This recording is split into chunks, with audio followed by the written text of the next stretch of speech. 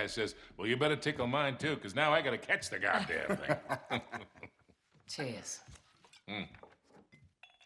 To a job, well done. Yeah. Are you going to join us, darling? Yeah.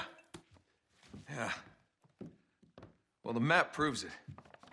Drake didn't screw around in the East Indies for 6 months. He sailed straight through and headed to Arabia. Right. But here's where it gets interesting. You see this mark? This is John Dee's signature. Who the hell's John Dee? John Dee, one of Queen Elizabeth's closest advisors. Everybody knows that. Yeah, he was a great mathematician and navigator. Okay, way ahead of his time. He's probably the one who invented that. Seriously into the occult. I mean, in like a really creepy, dark Yeah, see, way. he signed all his letters to the Queen with this symbol, meaning he was her eyes. The original 007, you see, look, 007. Not really that relevant. So it was John Dee who sent Drake to Arabia. Yeah, it looks that way. Dee and Elizabeth. And Walsingham. Great, but what for? Well, that's the million-dollar question, isn't it? And this is where T.E. Lawrence comes in. See, before Lawrence became Lawrence of Arabia, Great film. he was an archaeologist. And even when he was just a kid, he was obsessed with history, everything to do with knights and the Crusades. And he traveled all over, documenting every Crusader site he could find. It's all in here. All right, you've lost me completely, kid. What the hell has this got to do with Drake? I'm getting to that. See, after the war, Lawrence said that if he were ever to go back to Arabia, it would be to search for this place he called the Atlantis of the Sands. Now, the legend crops up over and over again under different names. Ubar, Aram of the Pillars, the City of Brass. But the story is always the same. Oh, city of immeasurable wealth, destroyed by God for its arrogance, swallowed forever in the sands of the Rubel Khali Desert.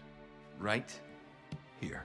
Well, I like the immeasurable wealth part anyway. And you think this is what Elizabeth and Dee sent Drake after? Oh, yeah. And more importantly, it's what Marlowe is after.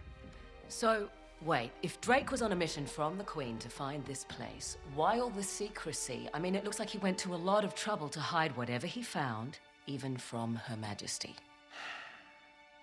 I don't know. Oh, I'm sorry, what was that? No, hang on a second. Because if you recall, the last time we went halfway around the world searching for a lost city, things got more than a little dicey. Yeah, but this time we have the upper hand. I mean, look, Drake only had half the clues. Lawrence only had half. We have both. And Marlowe has nothing. Small problem. The Rubel Khali Desert, 600 miles across. The Bedouin go around the damn thing. And even if we knew where it was, which we don't, we would die trying to find Just it. hold on. You see these symbols here? Yeah? Looks like Sabaean Sabaean script. Right. Look, the Crusaders were searching for the same lost city 1,000 years ago. But out of all the sites Lawrence documented, only 2 are marked with these symbols. One in Syria, the other in France. Oh. No, you 2 are going to Syria. We're heading to France. Look, we track down these clues. We find Lawrence's lost city. I'm sure of it. Well, and then what?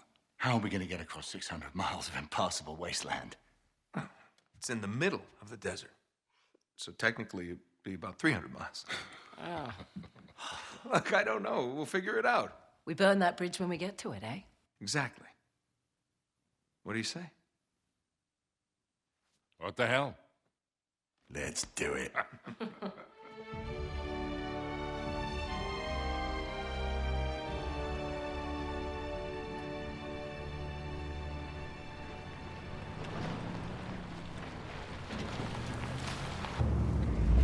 End of the line, I guess. Don't. Looks like we're going the rest of the way on foot. What? Leave it to you to find a friggin' jungle in the middle of France. Well, we're definitely headed in the right direction. Chateau should be this way. Not too far. Come on. Not too